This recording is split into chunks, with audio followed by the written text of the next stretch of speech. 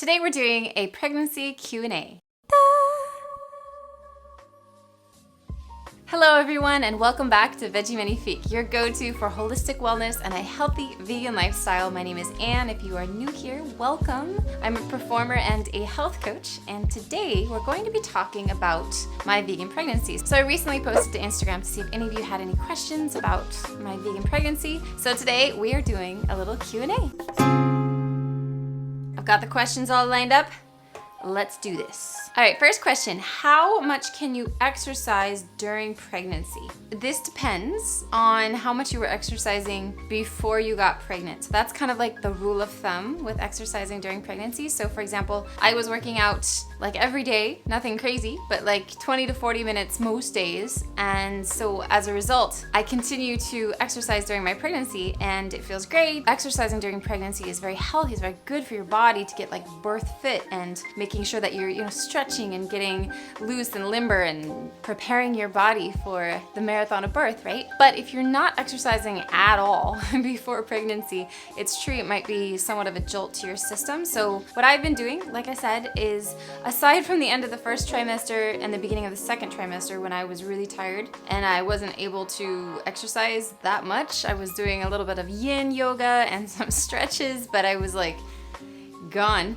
But then once I started to get my energy back, then I started back into a morning routine of yoga or like a ballet bar class, but always modifying. So that's another factor I will bring up about exercises to make sure you're aware, like you're not gonna do Cobra on your belly at 3 months pregnant. You're just, that's not a good idea. So if you're pregnant, you can check out prenatal videos on YouTube. And of course, there are specific trainings that you can find for prenatal yoga or any sort of prenatal exercise. But just on the whole, it's very beneficial to exercise during pregnancy as long as you're not overdoing it and keeping in mind how much you were doing before. So, what is your body used to, and then modifying, of course. Next question. What has been one of your best discoveries about pregnancy? An aha moment.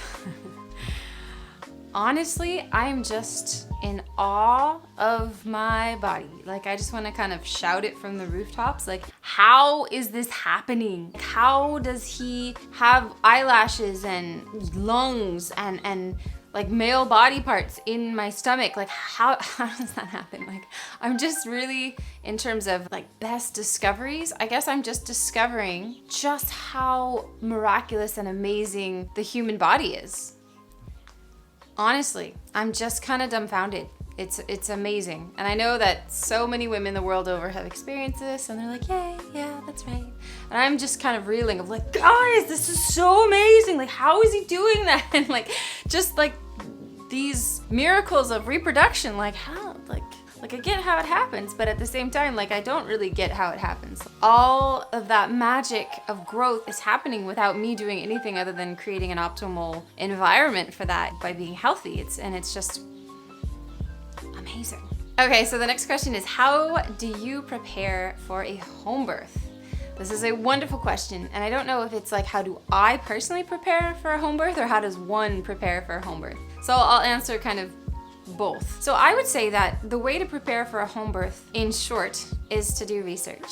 And that's number one, do research on birth and the whole enchilada of birth, right? And I'll give you some resources for that. And then the other side of that is to eliminate fear. Those are the two things. Like end the video there.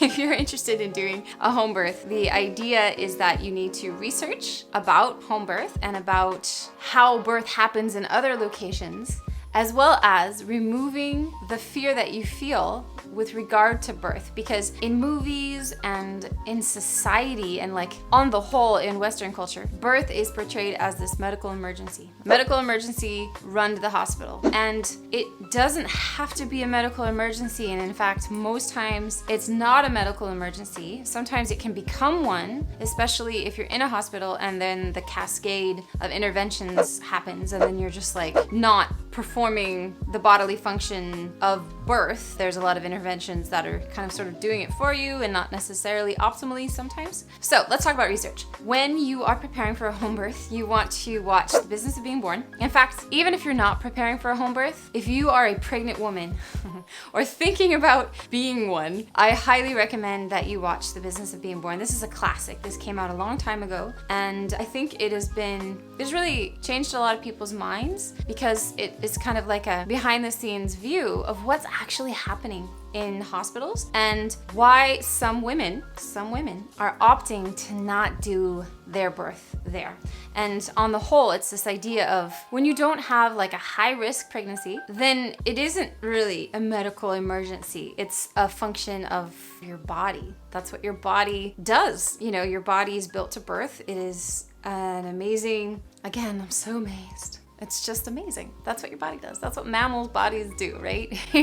It's not a medical emergency. So The Business of Being Born is a must watch. Even for all the papas out there, please watch The Business of Being Born. Some other documentaries to watch are Why Not Home, which I will link, as well as The Face of Birth, which is on Gaia TV.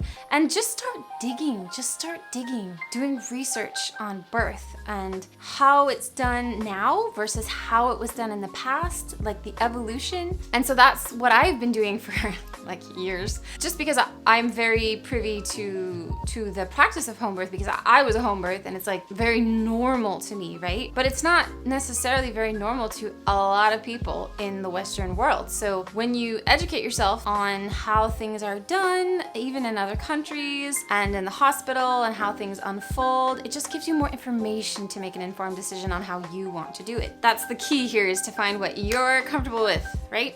So next up, to continue answering this question, which is, and a very important question, is reading. Reading, you gotta read, you gotta do some reading. And if you don't like reading, you can listen, it's fine. Get some audiobooks. So hypnobirthing is a huge one for having a successful home birth. There's the book, I've talked about these books actually in another video, which I'll link. But another book that's been very interesting and very helpful in my personal preparation is The Gentle Birth Method by Dr. Gauri Motha. I don't agree with everything. She's very Ayurvedic, so she's like, drink goat's milk, and I'm like, no thanks. But she has a lot of really interesting tidbits on how to mentally prepare yourself. And again, we wouldn't have to do this kind of personal hypnosis if we weren't afraid of the pain of birth, right? That is essentially the clincher of this whole thing. Like mammals aren't, like other mammals, aren't going to therapy to try to like remove the fear of birth. It's just kind of what they do. They just birth and it's not a big deal. Again, let me just say really quick, this is very rambly, but in terms of what happens is that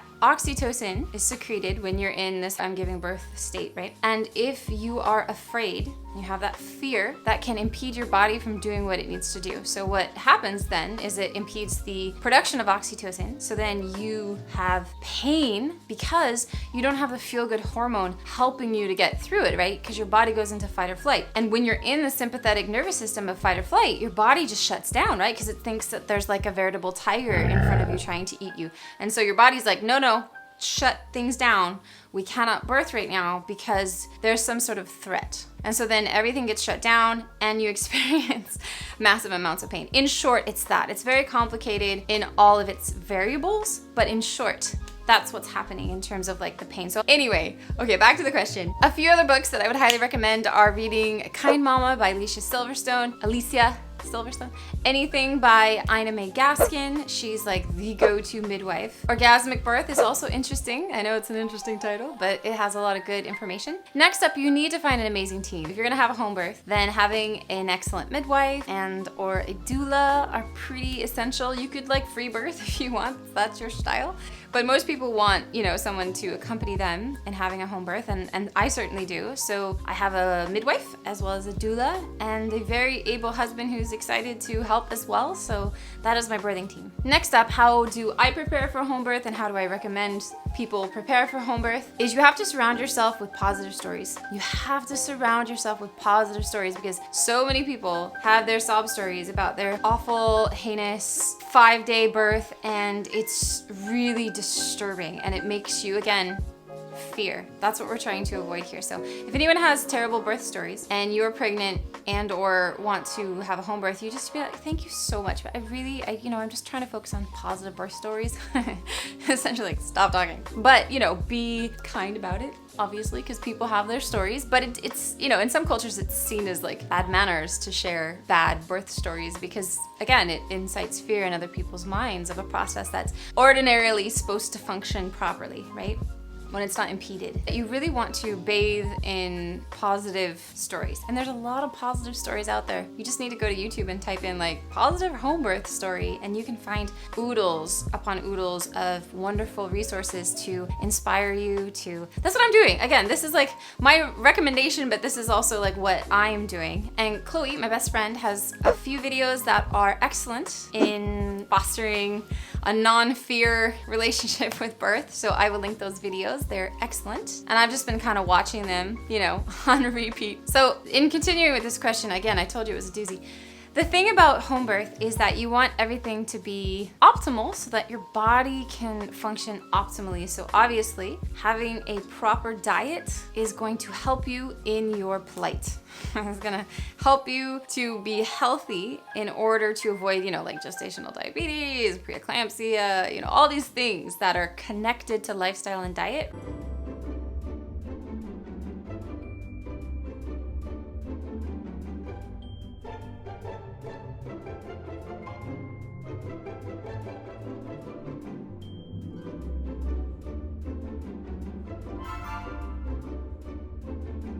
So if you're doing what you can do to make sure that your body is optimally functioning, you have a higher chance of success. Again, I just want to say, and I've said this before, my ardent goal, my most fervent desire is to have a home birth. But at the same time, I'm not eschewing the, let's say, helpfulness of the fact that there are hospitals if things go awry, right? So if the, hits the fan and for some reason, complications arise, I will do what I have to do.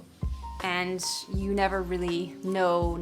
You can't know. You just do what you can to plan for your ideal scenario. And at the end, you do your best, right? So these are the things I'm doing as I strive to do my best. So in terms of mental preparation, so you have physical preparation, right? Like diet and exercise. You have the mental preparation, removing fear. On the mental realm is hypnobirthing meditation. So they don't necessarily have to be hypnobirthing meditations. They can be positive birth affirmations, or the aim is that you are trying to rid your mind and soul and deep inner person of the fear of birth, essentially. So you gotta do what you gotta do. That could be meditations, affirmations, that could be, doing the actual hypnobirth kind of self-hypnosis to bring you to the happy place that allows you to ride the waves of the surges or contractions, right? So they are apparently, haven't felt them, they're apparently quite intense sensations. So how you are able to deal with that, you wanna prepare, I think.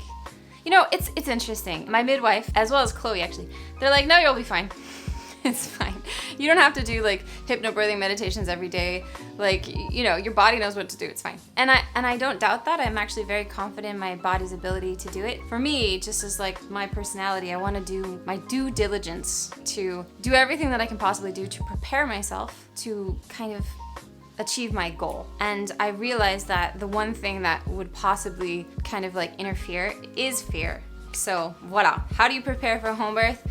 You find ways to get rid of the fear. That being said, a lot of mamas will spend more time working on the nursery decor than they actually spend on preparing their minds and bodies for this mama marathon experience. And it just seems kind of strange, right? Because most women say that it's like the most amazing / hardest / transformative thing they've ever done, depending, on their story. But it's like a powerful thing, whether it's positive or negative or whatever. It's a big thing. So it would make sense then that we would do what we can to prepare. At least that's the way I see it. You know what I mean? I want to be up for the challenge. Okay, next up, what are your anti-nausea tonics? Yeah, okay, so I haven't had much nausea during my pregnancy, thank God. I did, in my first trimester, have a little touch of quease and a violent hunger that would happen. So and then I would eat, and then I would be fine. So I didn't have like, I guess what you call morning sickness, like thank God. But if you do, or if you have nausea during pregnancy, I would say the best thing for nausea in general, whether you're pregnant or not, is ginger. Ginger is highly helpful in it calming your digestion and your stomach as well. So what you can do is just infuse some ginger root in some hot water and drink. You could also use a ginger tea if you don't have ginger root. Ginger. That being said, taking a close look at what you're eating is also really important in preventing nausea, if that makes sense. So acid reflux happens a lot when you eat a lot of saturated fat. It's also linked to morning sickness.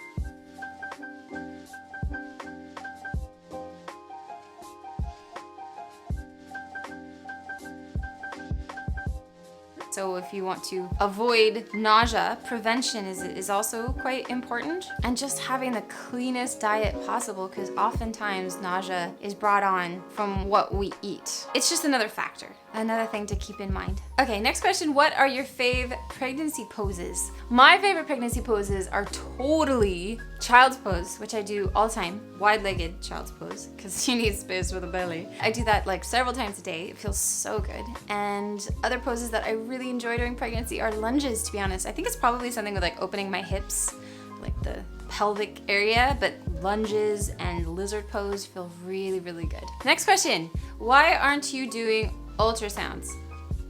Okay, so I may have mentioned before that I am choosing not to do any ultrasounds, and there are some reasons for that, obviously. And number one is that unless I have to do an ultrasound, which most of the time they aren't necessary, I don't want to interfere.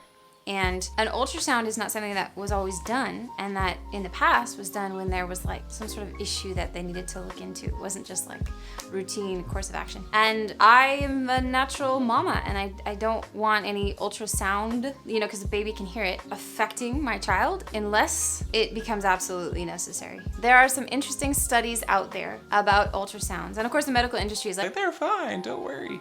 And I'm not so sure. My mom never had ultrasounds with me or with my brother, and I understand that it gives you a lot of peace of mind. I really do, especially if you've had miscarriages or something like that, like knowing and seeing that there is in fact a fetus in there. Like, I understand that in certain cases actually it might be a good idea, because the peace of mind that it gives you is gonna calm you down, because if you're in a state of total stress until you get the ultrasound and then it makes you calm, then maybe that's justifiable. But in our case, I've chosen not to do ultrasounds because I don't need to, and unless it becomes absolutely necessary, which I highly doubt, I just want to let baby grow and do his thing and just trust him. Because another factor is like, well, if there is an issue, aside from like huge issues of like baby being born without a head or something like that, would you terminate the pregnancy, right? That's like the big question. And that was what we thought. It was like, well, no.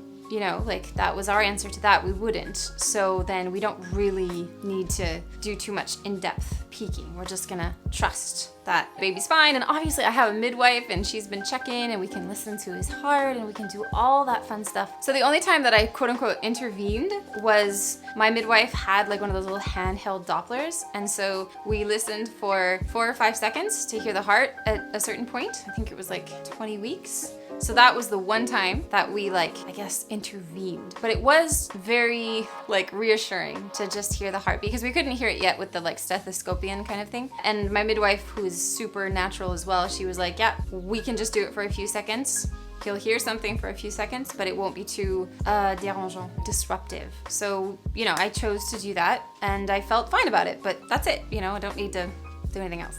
But let me just say really quick that this is what I'm choosing to do for my pregnancy, and not what I'm saying that everyone should be doing for their pregnancy. I'm just explaining the choices that I'm making. And mama, you have to do you. You really do. You have to do what makes you feel good and comfortable and safe. And so I'm not judging those who are doing ultrasounds. I'm explaining why I'm choosing to not do them. That here's the rationale. But I'm not saying that if you do them, you're not a lovely person or a lovely mom. It's just my choice. Because I realize that 99% of everyone watching this video, if you've been pregnant or if you become pregnant, you're probably gonna do one. A lot of people do them. So I realize it's an unusual choice that I'm making, but I just wanted to explain why I'm making this choice. And no judgment at all for everybody else. Voila. Next question. How are you preparing your soul for becoming a mama? How am I preparing my soul for becoming a mama? Oh man, it's trippy. It is so interesting how I feel about like creating life. It's very complicated to explain, to be honest. So how I'm preparing my soul is I'm doing deep soul searching and meditation about this big colossal thing of creating human life, because I really don't take it lightly. I don't know. I find it so miraculous and amazing. And one book I read actually that is very interesting is called The Conscious Parent, I think it's called, by Dr. Shefali, and it's very interesting. She has a lot of very good points about how each person is its own signature, right? So your baby is his own or her own, person and signature with all these different desires and personalities. I mean, there's nature versus nurture, right? Like, it's the whole thing. But at the same time, when you are becoming a parent, you're choosing to be a guide and a caretaker to this other human being. And this is evident, but that is crazy. That's amazing. That's like such responsibility, such an honor, such a salient thing. So how I'm preparing my soul is deep thinking, journaling, and meditation. But I'm not saying like I'm totally prepared either. I don't think you can be, Okay, last question. Has having a bump changed your digestion? My digestion's been pretty good. I would say that maybe I go to the bathroom more often, but that's probably because I'm eating copious amounts of fruit. I would say the key to digestion, whether you're pregnant or not, is like fiber and water and exercise. And those are 3 things that are like my best friends. So yeah, I've fortunately been happy with my digestion for the most part. And I think that it's probably because of all the fruit and veg and like fibrous like beans and things like that are in my diet, like being a vegan, like healthy vegan. Fiber is like my life. So I have a lot of fiber. I drink a lot of water and all my pregnancy tea. You guys saw in my other vlog me making my pregnancy tea, which is filled with herbs to tone the uterus. So I've been drinking a lot of that all day per my midwife's suggestion. And then obviously like exercise is good to get things moving, because there's nothing worse. There's nothing worse than having bad digestion or constipation, or these kinds of things are like the bane of existence, right? So those would be like my health coach tips for digestion, whether you're pregnant or not, actually. Just fiber, water, and exercise. Yeah. So there you have it. Those are the questions that I was asked. I was delighted to do this video. If you have any other questions about my vegan pregnancy, please, please, please leave them down in the comments below. I'd be thrilled to chat with you. Thank you so much for tuning in and for being a part of Veggie Magnifique. Of course, if you're not subscribed, now would be a great time to click that red button, and don't forget about the notification bell, because then you'll actually see the content that I post, so that's important as well. And if you haven't joined the newsletter, make sure to do so. I will leave a link down below, because that's where I share like the special tips and tricks that only go to the newsletter folks. So I'd love for you to be a part of that. And I am going to sign off now. I will see you next week on Veggie Magnifique TV. Bye!